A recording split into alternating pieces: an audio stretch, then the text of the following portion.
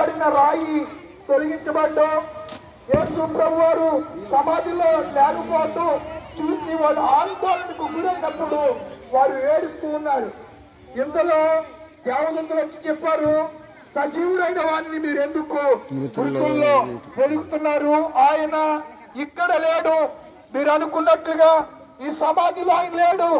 ఆయన ముందుగా మీతో చెప్పినట్లుగానే ఆయన లేచాడు అని చెప్పి దేవదూతలు వారికి సమాచారాన్ని ఇచ్చారు.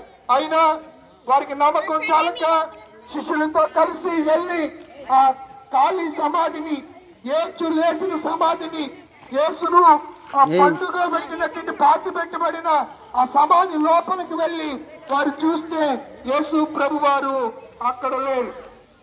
యూదా రానివారు అనగా యూదులు ఆ రోమ సైనికులు వాళ్ళు చక్కగా ఒక స్కెచ్ చేసి మేము నిద్రపోతుండగా యేసు ప్రభు వారిని ఆయన శిష్యులు వచ్చి ఎత్తుకుపోయారని పిలాతుతోనూ వారితో చెప్పారు. నేటికి అది వారి యొక్క ప్రచారంలో ఉన్నట్లుగా చరిత్ర మనకు చెప్తుంది.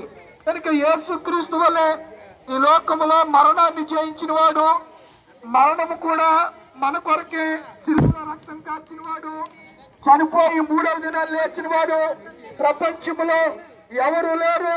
కేవలము సాక్షాత్తు సర్వేశ్వరుడైన యేసు తప్ప మరెవరు కూడా మరణాన్ని గెలిచి తిరిగి లేచిన వారు ఎవరు లేరు. ప్రభువైన యేసు మాత్రమే మరణపు ముళ్ళును విరిచాడు. అందుచేతన అంటాడు కదా, ఓ మరణమా నీ ముళ్ళెక్కడా, ఓ మరణమా నీ విషయం ఎక్కడా? మరణానికి ఉన్నటువంటి భయాన్ని బలమును ఆయన తొలగించి విజయుడై తిరిగి ఆయన లేచాడు.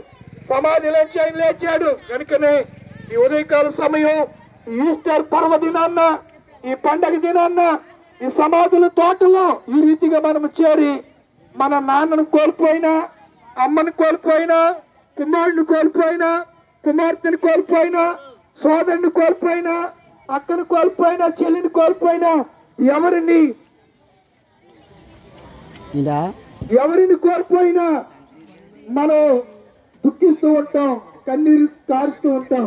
అయితే యేసును బట్టి ఈ ఉదయకాల సమయం ఈ సమాధుల తోటలో మీరు కోల్పోయిన మీ పితరుల సమాధి